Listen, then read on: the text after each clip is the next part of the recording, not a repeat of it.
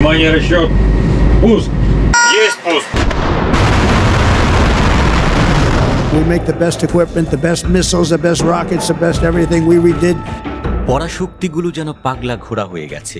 খুব অল্প সময়ের ব্যবধানেই দ্রুত তাদের মতির গতি পরিবর্তিত হচ্ছে। মার্কিন প্রেসিডেন্ট ডোনাল্ড ট্রাম্পের পারমাণবিক অস্ত্র পরীক্ষা শুরুর ঘোষণার পর এবার রাশিয়ার প্রেসিডেন্ট ভ্লাদিমির পুতিন পারমাণবিক অস্ত্র পরীক্ষার জন্য প্রস্তুতির নির্দেশ দিয়েছেন।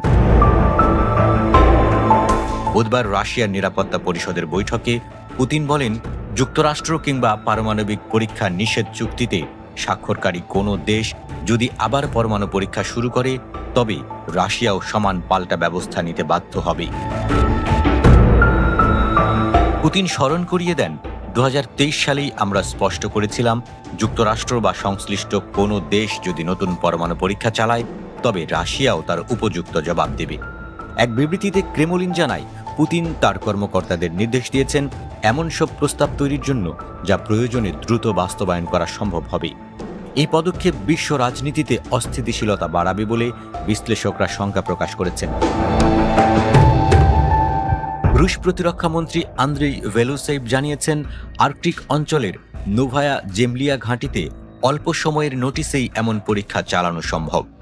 উত্তর রাশিয়ার এই দ্বীপপুঞ্জেই 1961 সালে সোভিয়েত ইউনিয়ন ইতিহাসের সবচেয়ে শক্তিশালী পরমাণু অস্ত্র ট্রাসার বোম্বার পরীক্ষা চালিয়েছিল।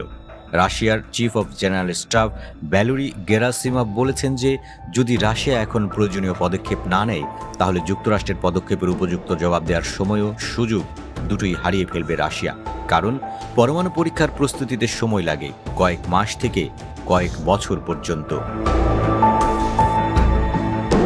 উল্লেখ্য, 1991 সালের সোভিয়েত ইউনিয়নের পতনের পর রাশিয়া আর কোনো পারমাণবিক বিস্ফোরণের পরীক্ষা চালায়নি। বিশ্বে উত্তর কোরিয়ায় একমাত্র দেশ যারা 21 শতকে পারমাণবিক পরীক্ষা চালিয়েছে। পিয়ংইয়ং সবশেষ পরীক্ষা চালায় 2017 সালে।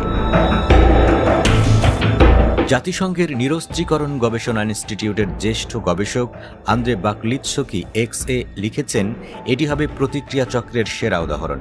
কেউই এটা চায় না, কিন্তু তবুও সবাই সেই পথে যেতে পারে। যুক্তরাষ্ট্র সর্বশেষ 1992 সালে, চীন ও ফ্রান্স 1996 সালে আর সোভিয়েত ইউনিয়ন 1990 সালে পারমাণবিক পরীক্ষা চালায়।